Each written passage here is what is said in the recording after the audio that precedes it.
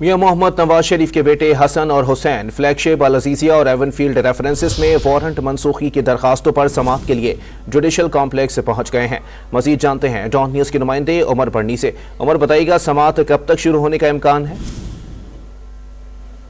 साबिक वज़ीर आज़म नवाज शरीफ के साहबजादे हसन नवाज और हुसैन नवाज जो हैं वो एहतसाब अदालत इस्लामाबाद के सामने सरेंडर करने के लिए जुडिशल कॉम्प्लेक्स इस्लामाबाद में पहुंचे हैं।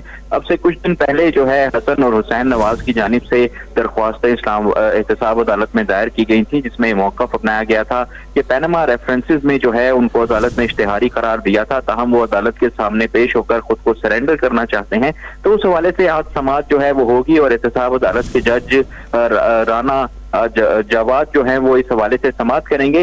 हसन नवाज और हुसैन नवाज जो हैं वो हमारे साथ ही मौजूद रहिएगा। आपको बताएं कि फ्लैगशिप और अल अजीजिया एवनफील्ड रेफरेंसेस में पेशी के मौके पर हसन और हुसैन नवाज का क्या कहना था, मुलाहिजा कीजिए।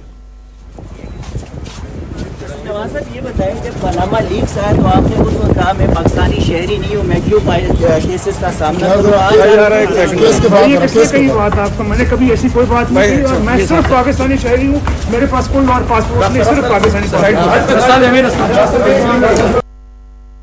आपको बताएं कि मियां मोहम्मद नवाज शरीफ के बेटे हसन नवाज और हुसैन नवाज फ्लैगशिप रेफरेंस अल अजीजिया और एवनफील्ड रेफरेंसेस में वारंट मनसूखी की दरखास्तों पर समाअत के लिए जुडिशल कॉम्प्लेक्स पहुंच गए हैं।